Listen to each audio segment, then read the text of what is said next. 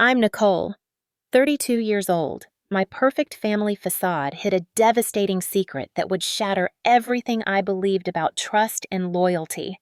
When my grandfather left me a substantial trust fund, I never imagined my own parents would betray me so completely. They systematically drained my inheritance to spoil my younger sister, thinking I'd never discover their deception. But they didn't know about the safeguard my wise grandfather had secretly put in place. So, where are you watching from today?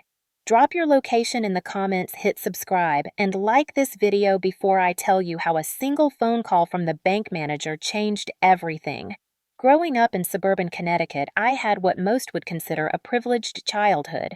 Our family lived in a beautiful colonial home in a prestigious neighborhood. My father worked as a successful investment banker, and my mother was a well-respected interior designer with wealthy clients. From the outside, we appeared to be the picture-perfect American family. But appearances can be deceiving. My sister Amanda is 3 years younger than me, and from as early as I can remember, she was always the favorite child. Where I was studious and responsible, Amanda was vivacious and charming. She knew exactly how to wrap our parents around her finger with a well-timed smile or a dramatic tear. I didn't resent her for it as a child. It simply became our family dynamic that Amanda received the lion's share of attention, praise, and often material things. The one person who saw me differently was my grandfather Jackson. He was my father's father, a self-made businessman who had built a successful construction company from nothing. Unlike my parents who inherited wealth and status, Grandpa Jackson knew the value of every dollar because he had earned each one through hard work and determination. Nicole, money doesn't define your worth, but how you handle it defines your character, he would tell me during our special weekend visits. While Amanda quickly grew bored with Grandpa's stories and lessons, I hung on his every word. When I was 15, Grandpa Jackson began teaching me about investments, compound interest, and financial planning. He would show me his portfolio and explain his investment strategies in terms I could understand. "I'm teaching you this because you listen, Nikki. You have the patience and wisdom to build something great." Those weekends with my grandfather became the highlight of my teenage years. While my parents shuttled Amanda to dance competitions and social events, I would spend quiet hours in Grandpa's study learning lessons that would shape my understanding of not just money, but integrity and perseverance. The special relationship I shared with my grandfather didn't go unnoticed by my family. My mother would often make subtle comments about how I was just like that stubborn old man, and my father seemed almost jealous of the bond I shared with his father. There was an underlying tension whenever my grandfather would praise my accomplishments at family gatherings, while my parents quickly redirected attention to whatever Amanda had recently achieved. When I was 25, my grandfather was diagnosed with pancreatic cancer. The prognosis was grim from the start, and we all knew our time with him was limited. During those final months, I visited him every day, often sitting beside his hospital bed with my laptop working on my master's thesis while he dozed. Sometimes he would wake, and we would talk about my dreams of starting my own financial consulting firm focused on helping women achieve independence through smart investing. "You'll need capital to start," he said during one of our last conversations. "A good business needs proper funding." "I've been saving Grandpa," I assured him, "and I'll keep working after graduation to build up enough to start small." He patted my hand with his frail one. "I've always believed in you, Nicole, and I've made arrangements to make sure you have what you need when the time comes." A week before he passed away, my grandfather's attorney visited him in the hospital. I was asked to step out during this meeting, but when I returned, my grandfather seemed at peace. "I've secured your future, Nikki," he said quietly. "And Amanda's, too.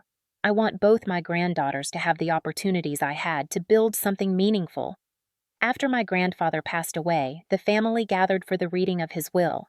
His attorney, Mr. Simmons, explained that Grandpa Jackson had established 2 trust funds, one for me and one for Amanda, each containing $500,000. The terms stipulated that we would gain access to our funds when we turned 30 or upon completion of graduate education, whichever came first. I was stunned by my grandfather's generosity, and even Amanda seemed momentarily humbled by the magnitude of his gift. Our parents, however, exchanged glances that I couldn't quite interpret at the time.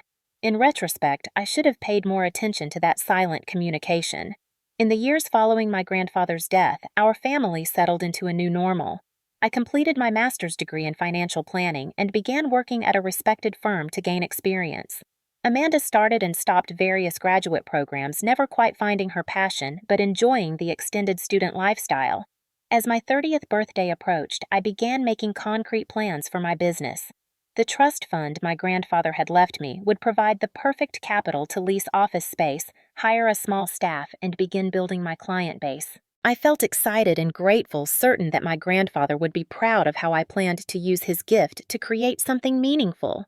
Little did I know that behind the scenes, my family had been orchestrating a betrayal that would shake me to my core. The first sign that something was amiss came just after my 30th birthday.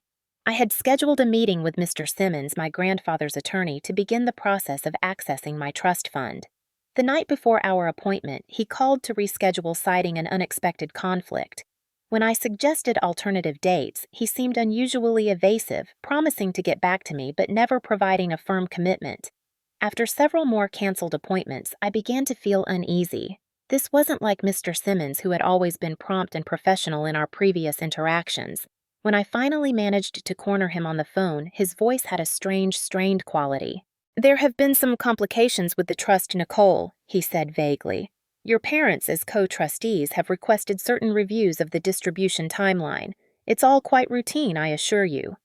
"But the terms were clear," I pressed. "Access at 30 or upon completion of graduate education. I've met both conditions." "Yes, well, sometimes these matters require additional consideration. I'm working closely with your parents to resolve any issues." That conversation left me with a growing sense of discomfort, but I tried to give everyone the benefit of the doubt. Perhaps there were legitimate legal complications I didn't understand. Around this same time, I began noticing changes in my family's spending habits. My parents, who had always lived well but relatively conservatively, suddenly embarked on an extensive renovation of their vacation home in the Hamptons. My father purchased a new luxury car, and my mother began taking extended shopping trips to New York and Paris. Most notably, Amanda, who was still technically in graduate school, though rarely attending classes, moved from her modest apartment into a sleek downtown loft that I knew she couldn't afford on her part-time gallery assistant salary.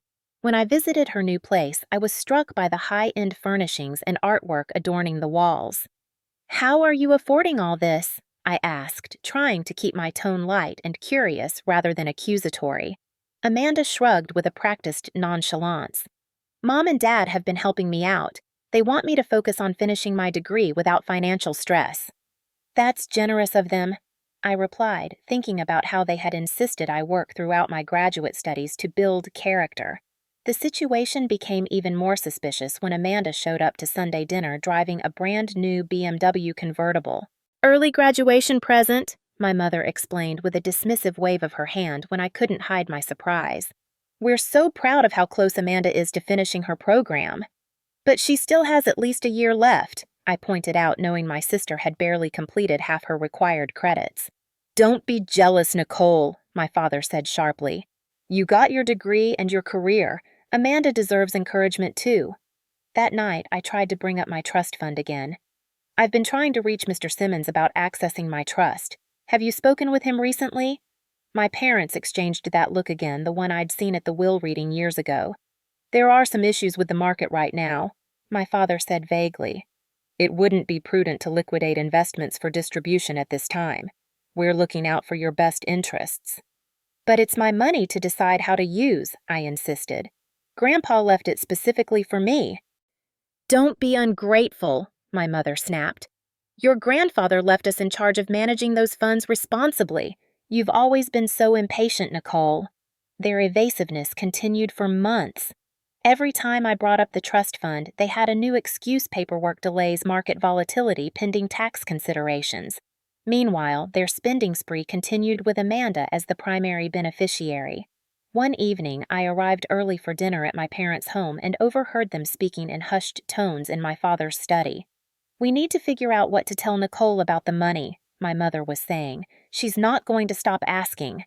"I'll handle it," my father replied firmly. "The market explanation has worked so far. She doesn't need to know the details." "But what if she goes directly to the bank?" My mother sounded worried. "She can't. Everything is properly authorized through our signatures as trustees. Trust me, it's all been handled correctly." I backed away from the door, my heart pounding. What were they hiding from me? What had they done with my trust fund? That night at dinner, I tried once more to get straight answers, this time more directly. "I want to schedule a meeting with both of you and Mr. Simmons," I said firmly. "I need to understand exactly what's happening with my trust fund and when I can expect to access it." My mother's eyes immediately welled with tears, a tactic she had perfected over decades. "I can't believe you don't trust us, Nicole, after everything we've done for you." My father's response was colder, more calculated. "You've always had this entitled attitude. Your grandfather would be disappointed to see how you're behaving." That invocation of my grandfather's name was the breaking point. I knew with absolute certainty in that moment that something was very wrong. My grandfather had trusted me, had believed in me. He wouldn't have wanted his gift to be withheld from me through manipulation and gaslighting. As I drove home that night, my suspicions crystallized into a terrible realization my parents were using my trust fund for their own purposes, including funding Amanda's lavish lifestyle. But without proof, without access to the accounts, I had no way to confirm my fears. I spent the next few weeks unable to sleep, plagued by anxiety about my financial future and deep hurt at what appeared to be a profound betrayal by my own family. The business plans I had so carefully crafted now seemed like distant dreams. How could I move forward without the capital my grandfather had intended for me? Little did I know that answers were coming, and they would be even more devastating than I had imagined.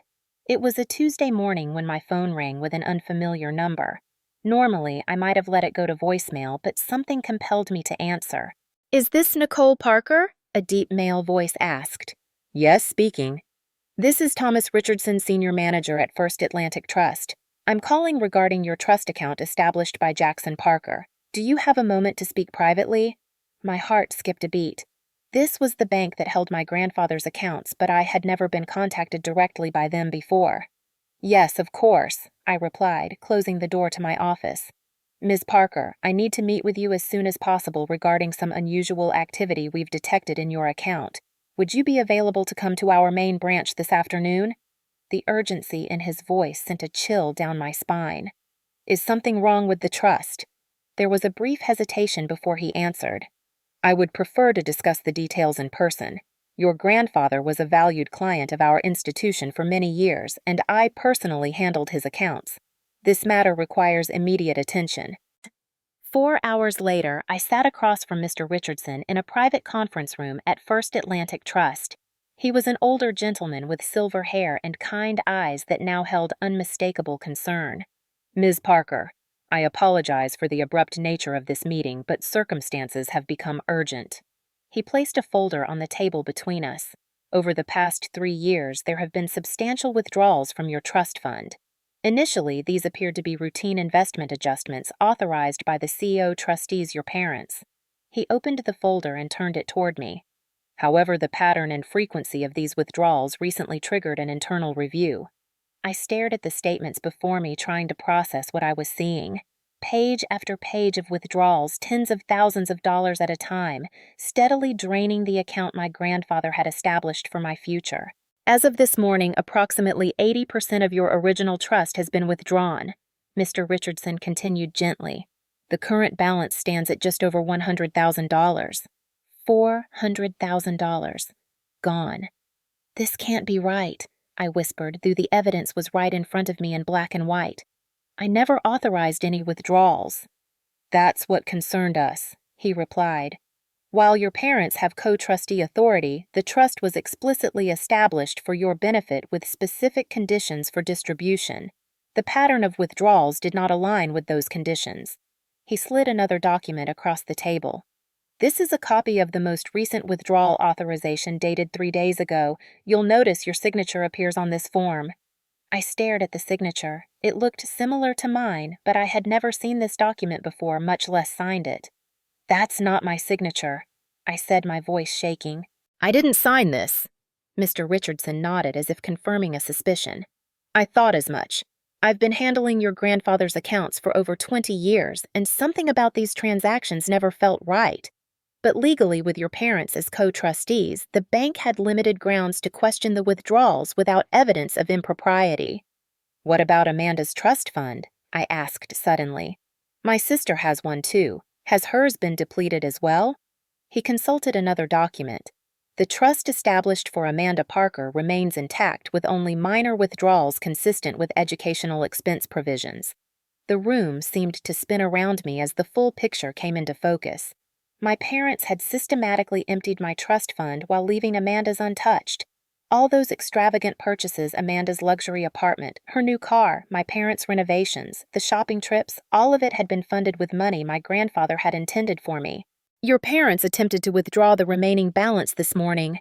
Mr. Richardson continued, his voice gentle but firm.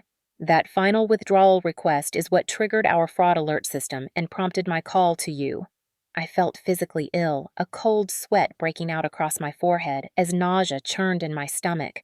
The betrayal was so complete, so calculated that I couldn't fully process it. These were my parents, the people who were supposed to protect me, not steal from me. I need some air, I gasped, standing abruptly. Of course, Mr. Richardson said, rising as well. Take your time. There's water on the side table. I moved to the window, pressing my forehead against the cool glass as I struggled to breathe normally.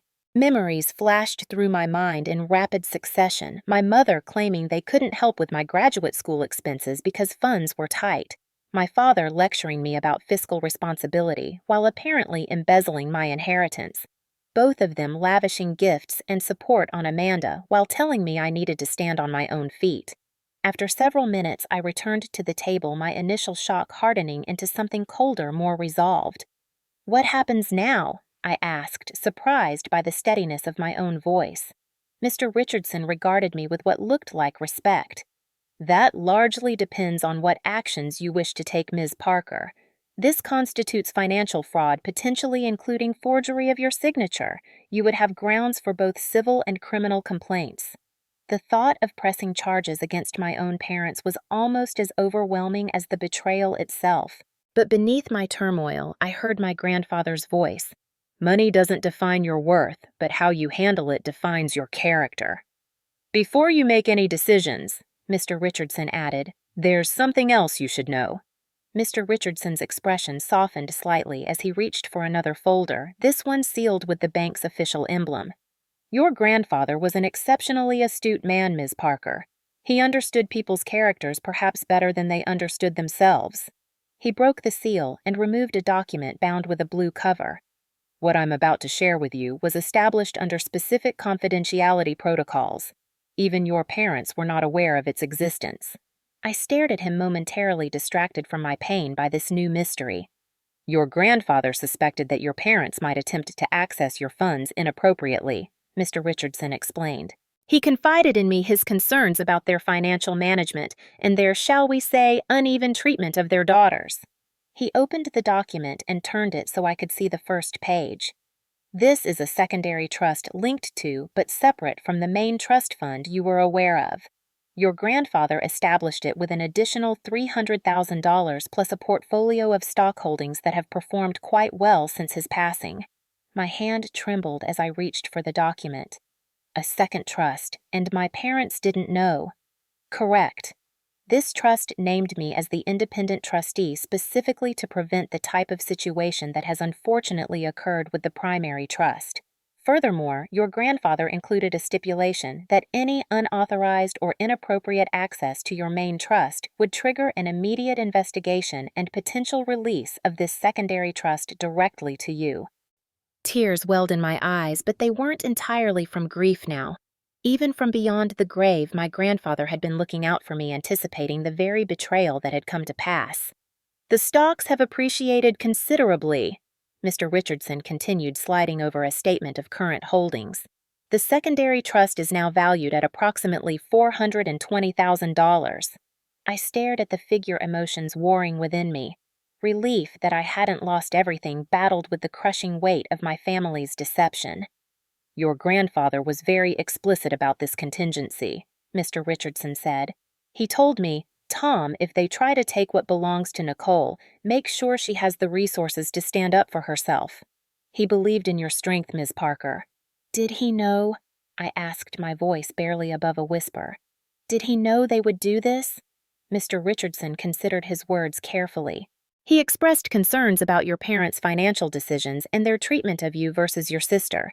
He wanted to ensure you were protected regardless of what might happen after he was gone. I don't believe he specifically anticipated this level of deception, but he wanted to safeguard your future in any case. He produced another folder, this one thicker than the others. This contains the complete audit trail of withdrawals from your primary trust over the past 3 years, along with copies of all authorization documents, including those with what appears to be your forged signature. As the independent trustee of your secondary trust, I've had these prepared for your use should you decide to pursue legal action. I opened the folder and began flipping through the pages. Withdrawal after withdrawal, date after date, each one representing another betrayal. Some of the amounts aligned perfectly with purchases I'd seen Amanda make or trips my parents had taken. 3 years of systematic theft from the inheritance my grandfather had lovingly set aside for me. You have options, Ms. Parker, Mr. Richardson said gently. You could report this to the authorities as criminal fraud. You could file a civil suit to recover the stolen funds. Or you could confront your family privately and seek resolution outside the legal system. Whatever you decide, the secondary trust is yours to access immediately, giving you financial security regardless of your choice. I closed the folder, my mind racing. The evidence was irrefutable. My parents and possibly my sister had conspired to steal my inheritance, forging my signature and lying to my face for years.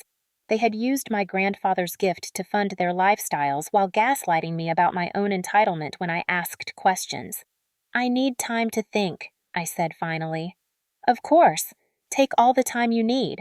I've had copies made of everything for you to review at home. He handed me his business card.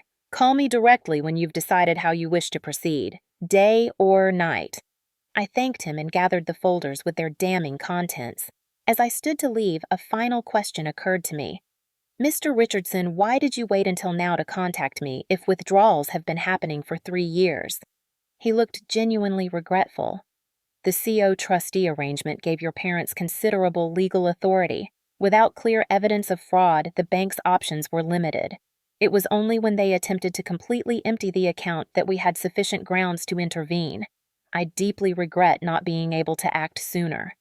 I nodded, understanding the constraints he had faced. Thank you for calling me today. My grandfather was right to trust you. That night, I barely slept. I spread the documents across my living room floor, creating a timeline of theft and deception. Each withdrawal form with my forged signature felt like another stab to my heart. I found patterns: large withdrawals just before Amanda moved into her luxury apartment, another series coinciding with my parents' vacation home renovation, substantial sums transferred out just before Amanda received her early graduation present, BMW. By sunrise, my shock and hurt had crystallized into something harder, more resolved. The naive, trusting daughter who had always given her family the benefit of the doubt was gone. In her place stood a woman determined to reclaim not just her stolen inheritance, but her dignity and self-respect. Sunday dinner at my parents' house was scheduled for 6 o'clock as it had been for years. This Sunday would be different. This Sunday, the truth would finally come to light. I arrived at my parents' Tudor-style home in Greenwich precisely at 6, the evidence folder tucked securely in my tote bag. The familiar Sunday dinner ritual felt surreal now, like I was an actress in a play rather than a daughter coming home. My mother greeted me at the door with her usual air kiss. "Nicole, darling, you look tired. Are you getting enough sleep?" The concerned maternal act turned my stomach. How many times had she expressed worry for my well-being while actively undermining my future? "I'm fine, Mom," I replied, keeping my voice neutral. I needed to get through the first part of this evening without tipping my hand. In the expansive kitchen, my father was opening a bottle of expensive Cabernet while Amanda perched on a bar stool scrolling through her phone. They both looked up as I entered. "There she is," my father said jovially. "Just in time for the good wine." I forced a smile, noting the bottle's label, one I knew cost well over $100, my money buying their wine. Dinner proceeded with excruciating normalcy. My mother served her famous roast chicken, my father discussed his golf game, and Amanda chattered about a gallery opening she'd attended with the most amazing people. I picked at my food, responding when necessary, waiting for the right moment. "So, Nicole," my mother said as she served dessert, her homemade apple tart. "How's work going? Still putting in all those long hours at the firm? The opening I needed. Actually, I've been thinking a lot about starting my own business like I've always planned." My father set down his wine glass. "That again, Nicole, we've discussed this. You don't have the capital or the client base yet. Give it another 5 years at the firm." "It's interesting you mention capital," I said, keeping my tone conversational as I reached for my bag. "I've been trying to access my trust fund for quite some time now. You know, the money Grandpa left specifically for me to pursue my dreams." A subtle tension descended over the table. My mother's smile tightened and my father's eyes narrowed slightly. "Nicole, we've explained the complications with the trust," he said, an edge creeping into his voice. "The market conditions haven't been favorable for liquidation." I nodded thoughtfully, then pulled out the folder and placed it on the dining table. "That's strange because according to the bank, the money has been steadily liquidated for the past 3 years." The silence that followed was deafening. My father stared at the folder while my mother's hand froze halfway to her water glass. "What are you talking about?" Amanda asked, looking genuinely confused. Perhaps she hadn't known the source of her parents' sudden generosity. Or perhaps she was simply a better actress than I'd given her credit for. I opened the folder and began laying out bank statements one by one. $5,000 withdrawn on March 17, 2021. $30,000 on June 4, 2021. $20,000 on September 29, 2021. I continued placing statements on the table, creating a paper trail of betrayal. $40,000 on February 2, 2022, right around when you moved into your new apartment, Amanda. "Nicole, this is ridiculous!" My father blustered, but his face had paled considerably. "Is it?" I countered, pulling out the forged documents. "Because these withdrawal authorizations have my signature on them, except I never signed them, so someone forged my signature to steal my inheritance." My mother's composure cracked first. "We didn't steal anything. We're your parents. We were just borrowing from the trust temporarily. We always intended to replace the funds." "Borrowing," I repeated incredulously. "You've taken $400,000 over 3 years without my knowledge or consent.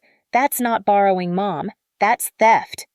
"Don't be so dramatic," my father snapped, though his confident demeanor had vanished. "The money stayed in the family. Amanda needed support for her education and establishing herself. As co-trustees, we have the legal right to make investment decisions." "Co-trustees acting in my best interest," I corrected him. "Not embezzling my inheritance to fund Amanda's luxury apartment and BMW while telling me there were complications preventing me from accessing my own money." Amanda looked stricken. "Dad, is that true?" "My car and apartment came from Nicole's trust fund." My father ignored her, focusing his anger on me. "You've always been jealous of your sister. This is just another attempt to create drama and drive a wedge in this family." I laughed without humor. "That's rich coming from you. You stole from me for years while gaslighting me about being entitled and ungrateful. You forged my signature on legal documents. That's not just unethical, it's criminal." "Criminal?" My mother's voice rose an octave. "We're your parents. Everything we've done has been for this family. Really, was it for the family when you renovated your vacation home with my money? Was it for the family when you bought Amanda a luxury car while telling me I needed to learn financial independence?" I pulled out the final document from my folder. "And here's the withdrawal attempt from Tuesday morning. An attempt to take the last $100,000 from my trust. But something interesting happened at the bank that day." My parents exchanged worried glances, and I knew I had them. "Mr. Richardson called me directly. Apparently, Grandpa wasn't as trusting of you as you thought. He created a second secret trust that you knew nothing about with Mr. Richardson as the independent trustee." The color drained from my father's face. "What are you talking about? There was no second trust." "There absolutely was, and one of its conditions was that any misuse of my primary trust would trigger an investigation. Which is exactly what happened when you tried to empty my account on Tuesday." My mother's hands began to tremble. "Nicole, please, you have to understand. We've had some financial setbacks. Your father's investments haven't performed as well as expected, and Amanda's education has been so expensive. So you decided to solve your problems by stealing my inheritance." I stood up, unable to remain seated any longer. "Grandpa saw this coming. He knew you couldn't be trusted with my future. That's why he created a safeguard you never knew about." "This is absurd," my father declared, but his voice lacked conviction. "Jackson would never have done something like that behind our backs." "He absolutely would and did. The secondary trust is worth $420,000 now, and I have full access to it as of Tuesday, but that doesn't erase what you've done." Amanda had begun crying quietly, mascara tracking down her cheeks. "I had no idea," she whispered. "I swear, Nicole, I didn't know the money was coming from your trust fund." Whether I believed her or not was beside the point now. The damage was done. "I have two options." I continued gathering the documents back into the folder. "I can go to the police with evidence of fraud and forgery, which would likely result in criminal charges against both of you. Or you can repay every dollar you took from my trust fund with interest within 30 days. "That's impossible," my mother protested. "We don't have that kind of money liquid right now." "Then liquidate your assets. Sell the vacation property. Use Amanda's intact trust fund. I don't care how you do it, but I want my money back." I closed the folder with finality. "And until it's repaid in full, this is the last time you'll see me in this house." "You would send your own parents to jail over money?" My father's voice was incredulous, as if I were the one betraying the family. "This isn't about money," I replied, my voice steady despite the storm of emotions inside me. "This is about trust and respect. You stole from me, lied to me, and manipulated me for years. Grandpa believed in me enough to secure my future, and you tried to take that away from me." I stood and gathered my things.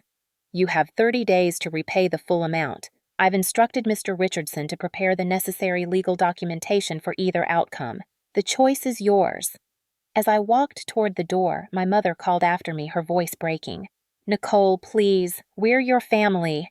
I turned back one last time. "Family doesn't steal from each other, Mom. Family doesn't lie and manipulate and forge signatures. You stopped behaving like family a long time ago." The door closed behind me with a definitive click, and for the first time in days, I took a full, deep breath. Whatever happened next, I had stood up for myself and honored my grandfather's faith in me. The road ahead would be difficult, but I was stronger than I had realized.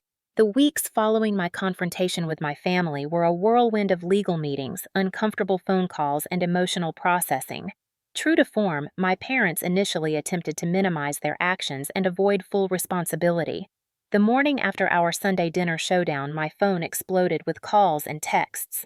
My mother left tearful voicemails begging me to reconsider, claiming I was destroying the family over a misunderstanding. My father's messages were more manipulative, alternating between anger at my overreaction and appeals to family loyalty. Amanda's approach was different. She showed up at my apartment unannounced, eyes red from crying. "I swear I didn't know," she insisted as soon as I opened the door. "I mean, I knew Mom and Dad were helping me financially, but I had no idea it was coming from your trust fund." I let her in, but maintained emotional distance. "You never questioned where all that money was suddenly coming from. The apartment, the car, the trips." Her gaze dropped to her designer boots, another expensive gift I now realized had likely been purchased with my money. "I thought Dad's investments were doing really well. They always said they wanted to help me get established while I finished school." "While telling me I needed to be self-sufficient," I noted. "I know, it wasn't fair." She looked up, tears threatening again. "I'll sell the car, and I can move out of the apartment. I want to make this right."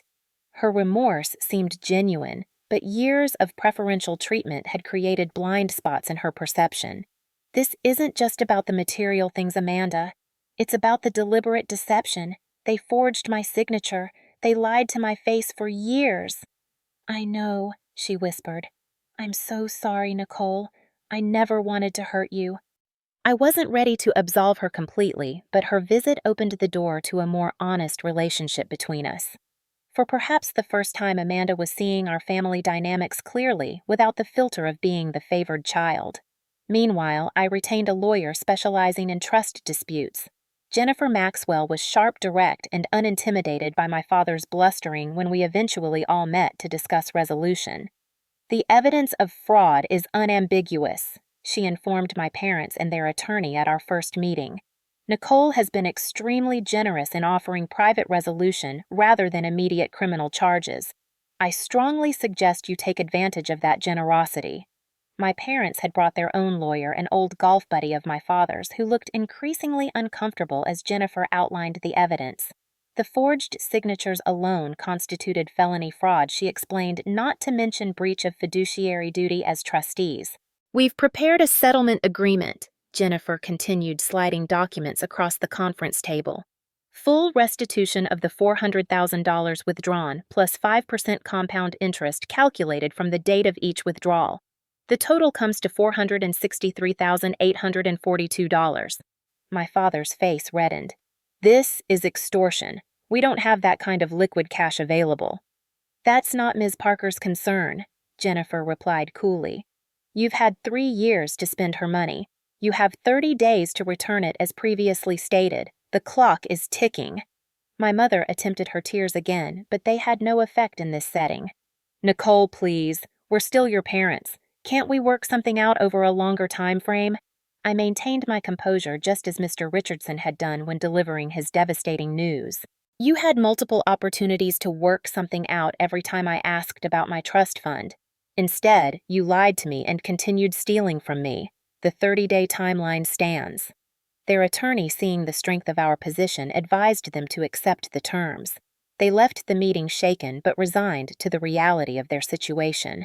Over the next 3 weeks, I received updates from both Jennifer and Mr. Richardson about my parents' efforts to gather the funds.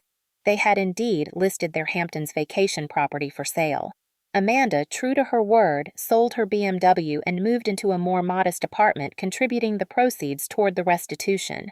Extended family members began calling as news of the situation spread.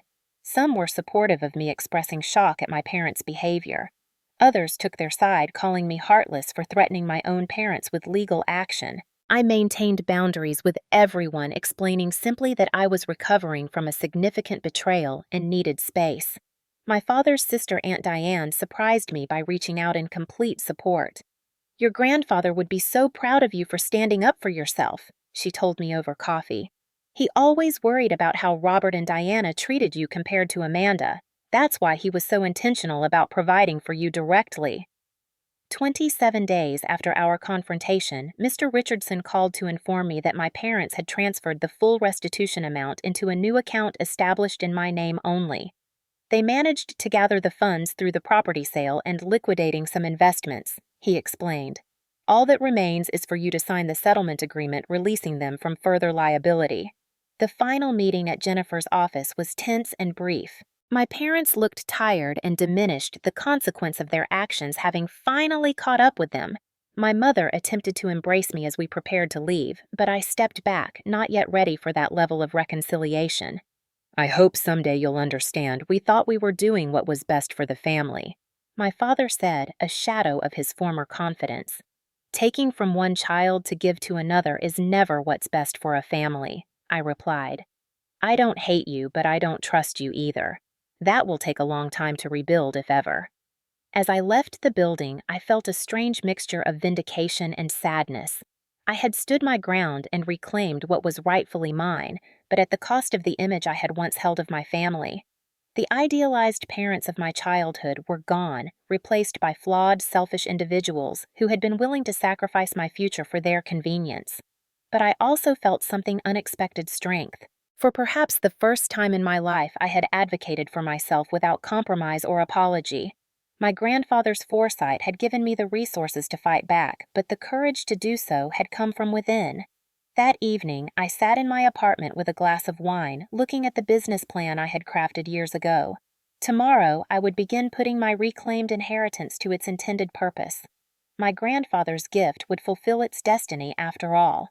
1 year after the confrontation that changed everything, I stood in the gleaming reception area of Parker Financial Advisors, the business I had built from the ground up using my restored inheritance, and the secondary trust my grandfather had so wisely established. What had begun as a small operation with just me and an assistant had grown to include 3 additional advisors and a client list that expanded monthly. The journey to this point hadn't been easy professionally or personally. Building a business required tremendous energy and focus. But rebuilding my personal life after such profound betrayal had been equally challenging. In those first months, I struggled with trust issues that extended far beyond my family.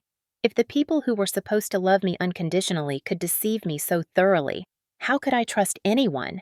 This question led me to seek therapy with Dr. Sanderson, who specialized in family trauma. "What your parents did was a profound violation," she told me during our early sessions. "It's natural to question your ability to trust others now, but isolating yourself completely isn't healing, it's just another form of harm." Gradually, with her guidance, I began to distinguish between healthy skepticism and paralyzing distrust. I learned to identify the warning signs I had missed in my family dynamics and to recognize genuine relationships built on mutual respect and honesty. My friendship circle changed dramatically during this time. Some friends couldn't understand why I would take legal action against my own parents regardless of what they had done. Others offered unwavering support and space to process my complicated emotions.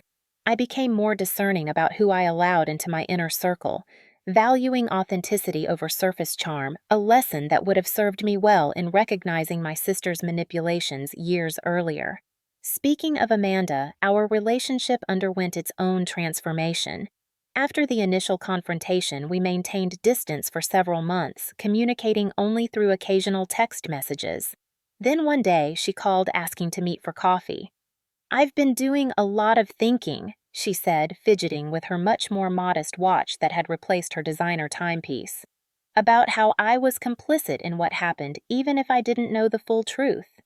"How so?" I asked, curious about her perspective. "I never questioned why Mom and Dad were suddenly so generous with me but so hard on you. I took advantage of their favoritism my whole life without considering how it affected you. I'm truly sorry, Nicole."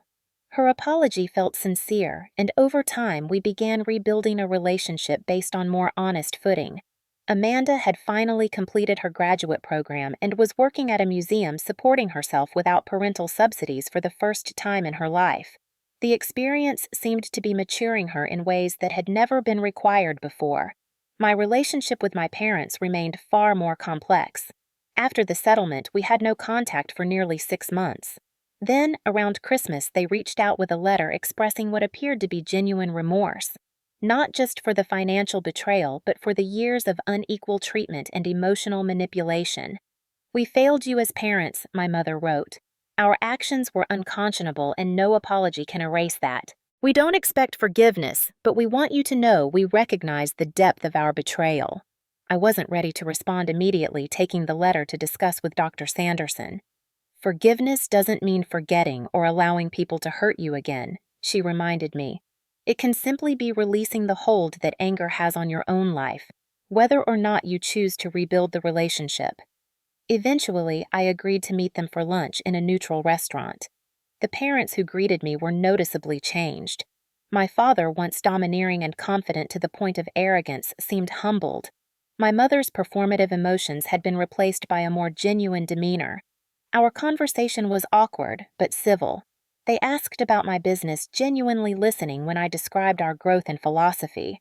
I learned they had downsized significantly, selling their main house and moving to a smaller property. Whether from financial necessity after the restitution or from a desire for simplicity, the change seemed to suit them. "We're seeing a family therapist," my mother shared hesitantly, "trying to understand how we justified our behavior, not just with the trust fund, but throughout your childhood." I appreciated their efforts, but maintained firm boundaries. Our contact remained limited to occasional meals or phone calls, always initiated by them and accepted by me only when I felt emotionally equipped for the interaction. Meanwhile, I found unexpected connection with my father's brother, Uncle James, who had been somewhat estranged from our family for years. He reached out after hearing about the trust fund situation. "I'm not surprised," he said during our first lunch together. "Your father and I grew apart largely because of how he managed money and relationships. Your grandfather saw the pattern too. He was very concerned about you, Nicole." Uncle James shared stories about my grandfather that I had never heard, painting a fuller picture of the man who had believed in me so completely. "Jackson always said you had his business sense and moral compass. He would be incredibly proud of how you've handled this situation and what you're building now." These conversations were healing in ways I hadn't anticipated, giving me a sense of family connection that was honest and supportive rather than manipulative or conditional. Perhaps most meaningfully, I established the Jackson Parker Scholarship for Women in Business, using a portion of my restored funds to support young women pursuing financial education. The first recipient, Zoe Washington, reminded me of myself a decade earlier, ambitious and dedicated but facing financial obstacles. Mentoring her and the other scholars became one of my greatest joys. As I walked through my office that anniversary morning, I stopped to adjust the framed photo of my grandfather that held pride of place on my desk. His wise eyes seemed to look directly at me, and I could almost hear his voice. Money doesn't define your worth, but how you handle it defines your character. The painful journey of the past year had revealed the true character of everyone in my family, including myself. I had discovered a strength I hadn't known I possessed, a capacity to stand firm in my own value, even when those who should have championed me had instead betrayed me. My sister was visiting that afternoon to see the office for the first time. Our relationship, while still healing, had evolved into something more authentic than ever before. My parents had sent a congratulatory arrangement for the anniversary, which sat in the conference room, a complex reminder of our complicated history. The scars of betrayal would always be part of my story, but they no longer defined my daily reality. I had built something meaningful from the ashes of deception. My grandfather's belief in me, manifested through both his financial legacy and the values he had instilled, had provided the foundation. But the strength to rebuild, to create boundaries, to forge a new path had come from within me all along. As clients and team members filtered in to start the day, I smiled at the reflection of the confident, resilient woman I had become. The journey hadn't been what I expected, but the destination was exactly where I needed to be. Have you ever had to stand up for yourself against people who were supposed to protect you? What gave you the strength to take that difficult step? Share your story in the comments below. And if this story resonated with you, please subscribe, and share it with someone who might need to hear that they too have the power to set boundaries and reclaim their worth. Thank you for listening, and remember, sometimes the greatest act of self-love is refusing to accept mistreatment, even from family.